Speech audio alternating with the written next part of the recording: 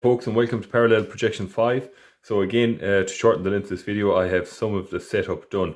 Now, when I'm setting up my orthographic, which is our main drawing in parallel projections, I always think about, imagine if you were sending this object that you see, the 3D object, in a box to your friend in England, okay? So you want to put it into the smallest possible box, so you need the max dimension. So it's 104 by 78, that's the height, 104, and then the width of the box is 52 going across, okay? So always set up them crates first, and then everything will fit into that, and you know you're going on the right track. So I'll start off now with the orthographic. And first of all, I'm going to put in that 45-degree line to help us complete the plan view.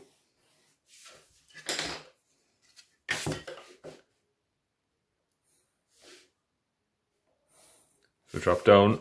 Remember, we have two kinds of lines: light construction lines and a heavy finished black line. Now, when you have your grid set up, then you can start drawing it. People often find it handiest to draw the elevation first, so I'll do that today. It's up to you, whatever style you see fit to draw.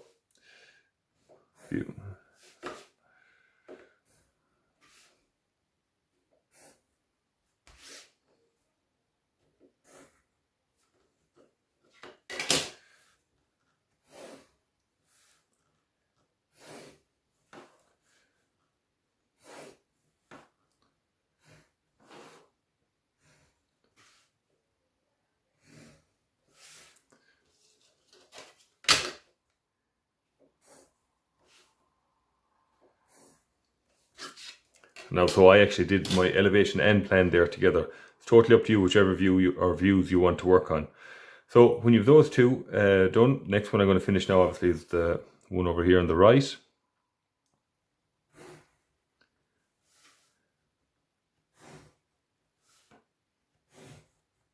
And we have to think here about what we can see, because if the Lego man is standing in here, okay, he's going to see that object there. Similarly, if he was standing up here, he was looking in there, he would also see that object, okay? Notice the heights don't change between the end view and the elevation. Now, there is something he can't see here, and that's that step going on at the back down here, okay? There's nothing here. So in order to take into account for that, we put in something called hidden detail. And the way we put in hidden detail in the drawing is we put a dashed line across here. And we label that as well now. Hidden detail. I'll just finish out these two lines heavy.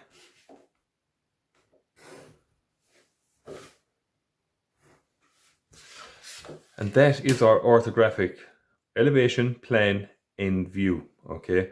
And because the Lego man, when he's standing there or standing down here, okay, from both views, he'll still see the same thing. He couldn't see that line there, okay? So that's why we put in that dashed line there to represent that. So now we'll move on to perhaps the sketch, the oblique, whatever it takes your fancy. So again, with the oblique, you draw in a rectangle, and I've put in the object, this is the side that's closest to me, and I'm going to bring it off to the left-hand side here. And the lines will be going at 45 degrees, and you can use a pencil there to guide you, should you so wish. And there's going to be several places there where we'll have a 45-degree line going in today. And you'll notice here sometimes, and it is the case, that you won't be able to see where that finishes there, and that's okay.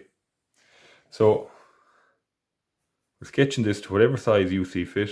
So I'll just finish out the max edges of the crate first, and then we'll fill in the rest.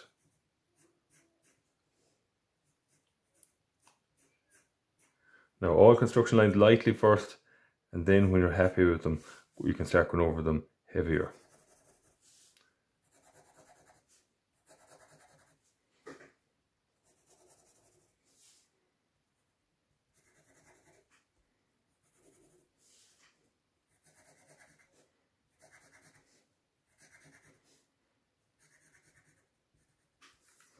And that is our oblique sketch.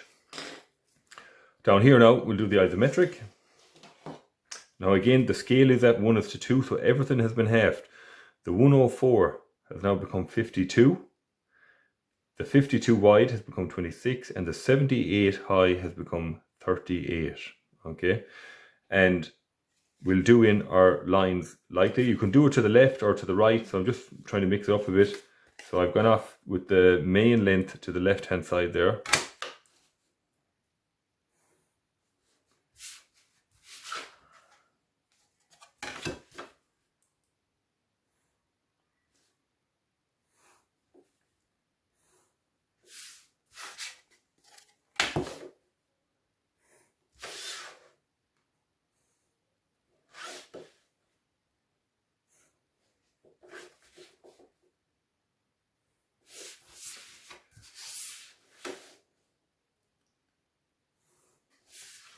Now that would be the main max dimensions of the crate when scaled, and now we can put in the rest lightly.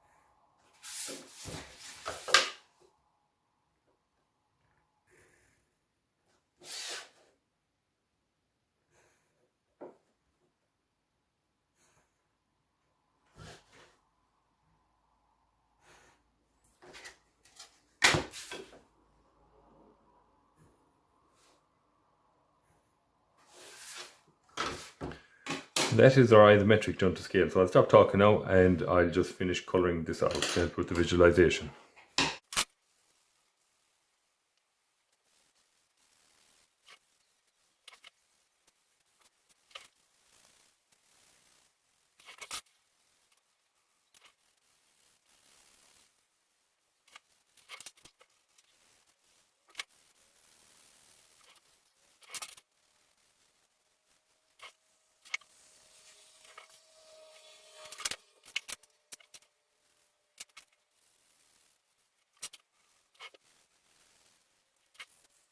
So folks, that's it. So I've left this face white, and I've left it white in the end view as well. All the other faces are coloured in to correspond. Now, it was no harm today. I thought I'd just mix it up, that we do the isometric, different from the way we did the orthographic. Okay, but in the question it did say looking in A, you get the elevation looking in from view B. So if you're looking in from the left, it goes on the right, and vice versa.